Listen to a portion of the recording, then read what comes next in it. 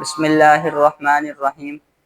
آج ہم تاریخ کے اس بدترین دور سے گزر رہے ہیں کہ جہاں صبح ایک بچہ اٹھتا ہے تو سب سے پہلے جو چیز اس کے ہاتھ میں آتی ہے وہ موبائل فون ہوتا ہے، اور پھر دیکھتے ہی دیکھتے ان گنت ویڈیوز اس کی نظروں کے سامنے آتی ہیں۔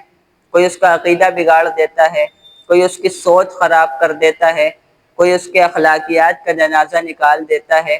وجہ اس کی صرف اور صرف اتنی ہے کہ آج سوشل میڈیا پر باطل قوتوں کا راج ہے۔ لیکن سوال یہ ہے کہ اگر آج باطل فتنے سوشل میڈیا پر آ سکتے ہیں تو پھر اہل حق کیوں نہیں؟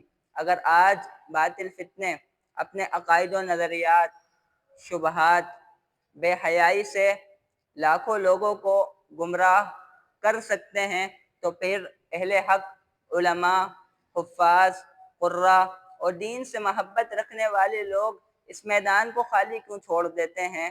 وجہ یہ ہے کہ آج ہم صرف پرابلمز پر بات کرتے ہیں، ان پرابلمز کا حل ہمارے پاس نہیں، سلوشن ہمارے پاس نہیں۔ آج ہم یہ تو کہتے ہیں کہ فلاں فتنے نے سر اٹھا لیا، فلاں فتنے نے سر اٹھا لیا، لیکن اس فتنے کا علاج کیسے کیا جائے، اس فتنے کا تعاقب کیسے کیا جائے، یہ سلوشن ہمارے پاس نہیں۔ لہٰذا یہ وقت خاموش بیٹھنے کا نہیں، یہ وقت چار دیواری میں قید ہونے کا نہیں، بلکہ عملی میدان پر آ کر، سوشل میڈیا پر آ کر ان فتنوں کا مقابلہ کرنے کا وقت ہے، اور بہترین اخلاص کے ساتھ، بہترین دلائل کے ساتھ باطل فتنوں کا مقابلہ کرنے کا وقت ہے۔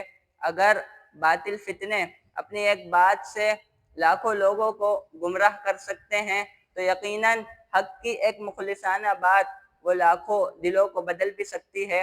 اس لیے آج لاکھوں لوگوں کو برباد ہوتا نہ دیکھیں، بلکہ حق کی ایک مخلصانہ بات کر کے لاکھوں لوگوں کے دلوں کو جیتیں اور دین کا کام وقت کے تقاضے کے مطابق کریں۔ بہت شکریہ۔ وآخر دعوانا ان الحمد للہ رب العالمین۔